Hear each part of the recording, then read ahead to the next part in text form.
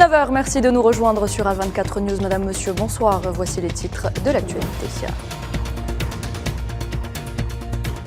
L'Algérien Sonatrach et l'Américain Honeywell signent un protocole d'entente visant la promotion de la coopération à travers une vision de partenariat gagnant-gagnant.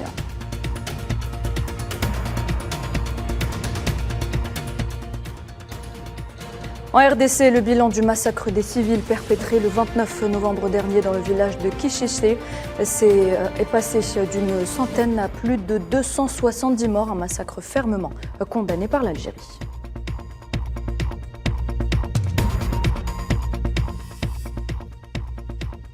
Du nouveau dans l'affaire de l'assassinat de la journaliste Shirin Abu Akleh, Al Jazeera annonce avoir déposé une plainte devant la Cour pénale internationale de La Haye.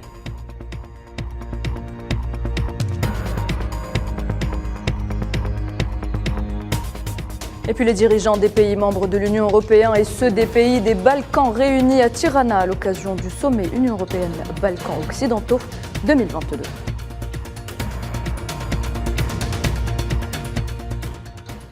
Second et dernier jour de la conférence africaine des startups qui se déroule à Alger. La journée d'hier a été marquée par de multiples ateliers et rencontres autour de la contribution des startups à la relance de l'économie africaine. L'Algérie ambitionne justement d'atteindre 1 million de porteurs de projets en 2023. Annonce faite par le Premier ministre Ayman Ben Abdelrahman. À l'issue de ce second jour de travaux, une série de recommandations ne devrait pas tarder à se dégager. On retrouve justement en direct du CIC notre envoyé spécial, Mohamed Wali Ben Chaban. Bonsoir Mohamed. Bonsoir Nouhed. Alors comment s'est déroulée cette seconde et dernière journée ? En fait, Nouhed, au deuxième jour de l'événement, les travaux ont été couronnés par la présentation et l'adoption de la feuille de route africaine des startups, vu que ces derniers font une percée dans le domaine de l'innovation et apportent une valeur ajoutée à l'économie dans un écosystème d'entrepreneuriat continental favorable. Aussi, le pays hôte de la prochaine édition de la même conférence devrait être désigné ultérieurement. Et parmi les objectifs, Nouhed, de cette manifestation économique est de découvrir les expériences de différentes personnalités africaines engagées dans l'accompagnement de start-up à travers des incubateurs et des accélérateurs, grâce à l'amélioration des mécanismes d'accompagnement, de soutien et de prise de conscience quant à l'importance de la coopération entre les entreprises du continent en vue de réaliser le développement commun de cette sphère. Merci Mohamed Wali Ben Chaban. Je rappelle que vous êtes en direct du Centre international des conférences Abdelatif Rahal. Le groupe Sonatrach et l'américain Honeywell ont procédé à la signature d'un protocole d'entente visant à la promotion de la coopération entre les deux sociétés. Une telle coopération favorisera les perspectives d'échange d'expertise et d'expérience en matière d'amélioration des performances et de maîtrise technologique des installations de la Sonatrach à travers une vision de partenariat gagnant-gagnant. Mutuelle a examiné conjointement les opportunités. جميع أنظمة التحكم في ميدان الغاز. Cette signature vient pour et vise à renforcer premièrement ces relations et chercher ensemble les meilleures technologies qui sont utilisées aujourd'hui dans l'industrie oil and gas pour le développement des installations et la mise à jour des installations de Sonatrach. We have ready technologies today. On est en possession aujourd'hui d'une technologie adéquate qui pourrait apporter son aide à la Sonatrach. On travaillera tous ensemble pour dépasser tous les défis et on trouvera des solutions pour atteindre une certaine efficacité dans ce secteur, mais aussi au niveau de toutes les unités. Outre le transfert de la technologie, on s'engage à développer les ressources humaines en organisant des formations. Et toujours dans le même secteur, les sociétés étrangères sont invitées à reprendre l'exploration et la production pétrolière en Libye. La compagnie libyenne nationale de pétrole appelle les entreprises étrangères actives dans le secteur des hydrocarbures à reprendre leurs opérations, arguant l'amélioration de la situation sécuritaire dans le pays. Cet hommage rendu ce mardi par le président du Conseil de la Nation, Salah Goudjil, à l'ex-président chinois Jiang Zemin. Salah Goudjil s'est rendu à l'ambassade de Chine pour présenter ses condoléances. Il était accompagné du ministre des Affaires étrangères, Ramtan Lamamra.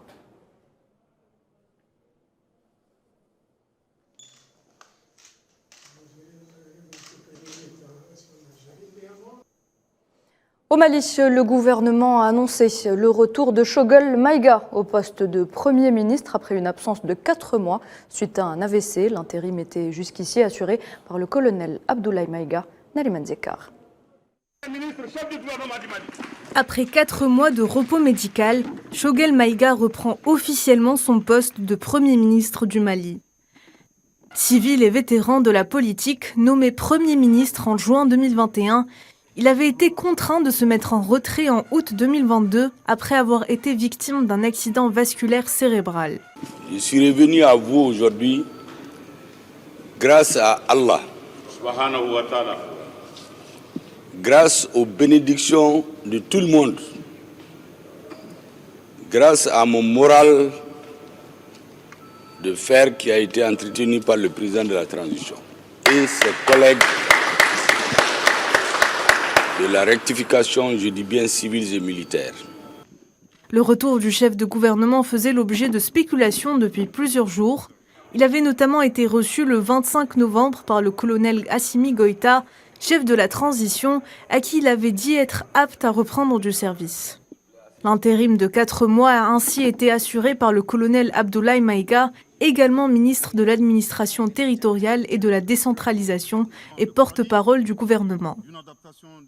Ces 4 mois de période d'intérimaire qui ont été pour moi 4 mois de stage. Je dois être très honnête avec vous, j'ai énormément appris. Je pense que quelque part, si le gouvernement fonctionne, c'est grâce à des centaines de personnes invisibles qui sont la primature et que nous ne voyons pas beaucoup. Mais nous savons honnêtement que vous travaillez d'arrache-pied avec beaucoup d'abnégation. Une période qui n'a pas marqué de rupture ou d'inflexion significative dans la trajectoire suivie par la transition, portée au pouvoir par un premier coup d'État en août 2020 et confortée par un second en mai 2021. Le Mali étant en proie depuis 2012 à la propagation terroriste et à une profonde crise multidimensionnelle, économique et humanitaire. On reste en Afrique. En RDC, les autorités annoncent que le bilan du massacre des civils perpétré le 29 novembre dernier dans une localité contrôlée par les rebelles du M23 dans le nord Kivu est passé d'une centaine à plus de 270 morts.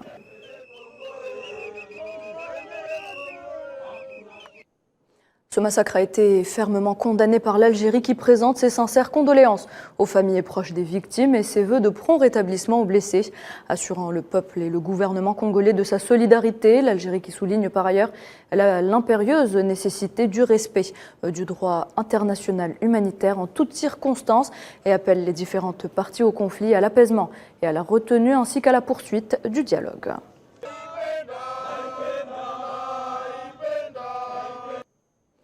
Le secrétaire général des Nations Unies, Antonio Guterres, a salué la signature d'un accord cadre hier entre les dirigeants militaires et civils du Soudan.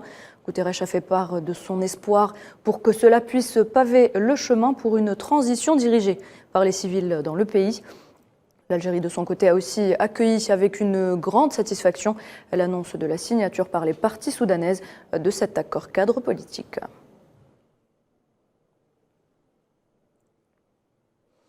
Et nous le disions en titre, Al Jazeera annonce avoir déposé une plainte concernant l'assassinat de sa correspondante américano-palestinienne Shirin Abu Akleh par l'armée sioniste devant la Cour pénale internationale de l'Haye.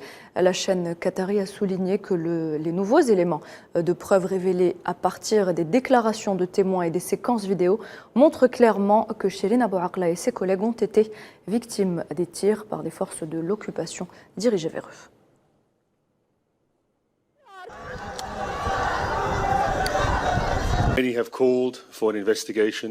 De nombreuses personnes ont demandé une enquête. La famille de Shirin, qui est ici aujourd'hui, a fait sa propre demande. L'autorité palestinienne a fourni un ensemble complet de preuves et pourtant, le bureau du procureur est resté totalement silencieux sur cette affaire comme sur toutes les autres affaires. En fait, dans la situation palestinienne. fact, in the Palestine situation.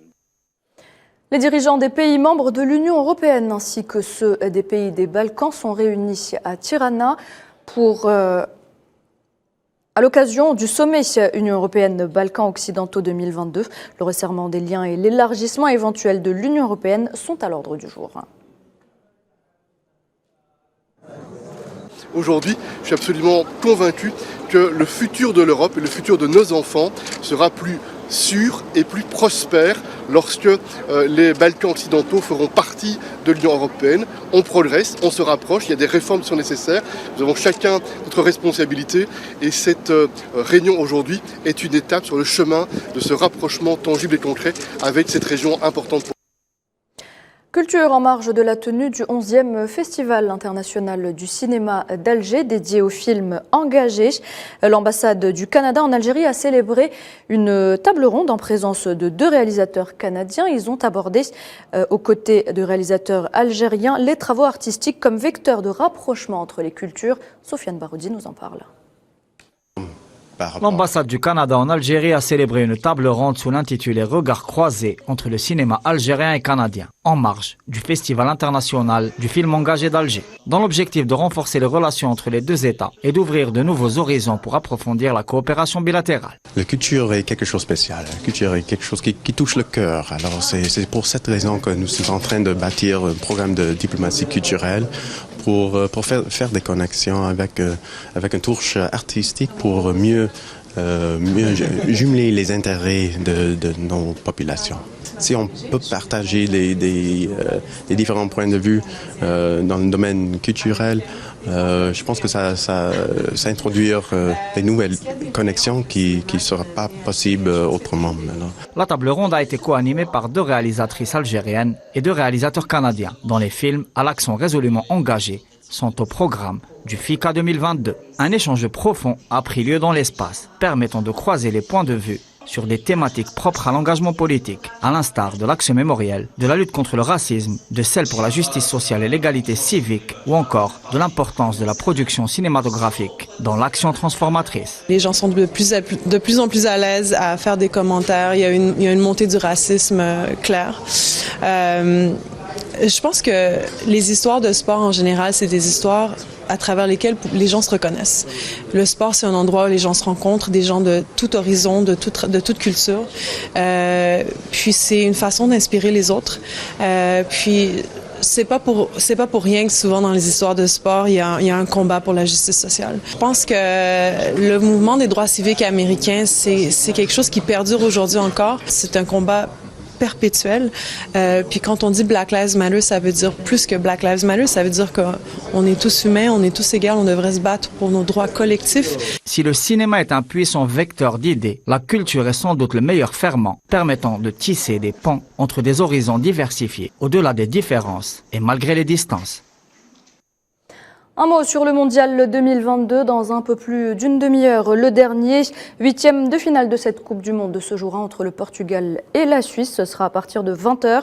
Et puis rappelons que l'un des prétendants de cette Coupe du Monde quitte la compétition. L'Espagne s'est inclinée face au Maroc à l'issue de la séance de tir au but. Et puis le monde du football algérien est en deuil. L'ancien président de la Ligue de football professionnel, Mahfoud Karbadj, est décédé ce mardi à l'âge de 69 ans des suites d'une longue maladie. Retour sur son parcours avec Salah Faisal. Une bougie s'éteint. Mahfoud Karbadj est décédé ce mardi 6 décembre à Alger. Entouré de ses proches, l'ancien président de la Ligue de football a rendu l'âme ce matin à l'âge de 69 ans, suite à une longue maladie. Mahfoud Karbadj, figure emblématique et charismatique du football algérien, souffrait d'un cancer du poumon. Mahfoud a consacré son temps au football. Sa contribution au développement du football national est inestimable, toujours bienveillant et à l'écoute des autres. Né le 3 juin 1953 à Djidjel, il a grandi dans les ruelles de Bellecour. Le défunt a occupé le poste de directeur général de l'imprimerie officielle, avant d'entamer une carrière dans le monde du football. L'enfant de Bellecour a présidé son club du cœur, le Shabab Riyadi de Belwizdad. De 2008 jusqu'en 2011, il remporte la Coupe d'Algérie en 2009. En 2011, Karbadj prend les rails de la Ligue professionnelle, 2 mandats jusqu'à 2018. Le défunt a été inhumé ce mardi, après la prière d'Al-Asr au cimetière de Sidirzine, dans la commune de Berraqi à Alger. Une triste journée pour le football algérien, pour les fans du CRB et pour les amateurs du football.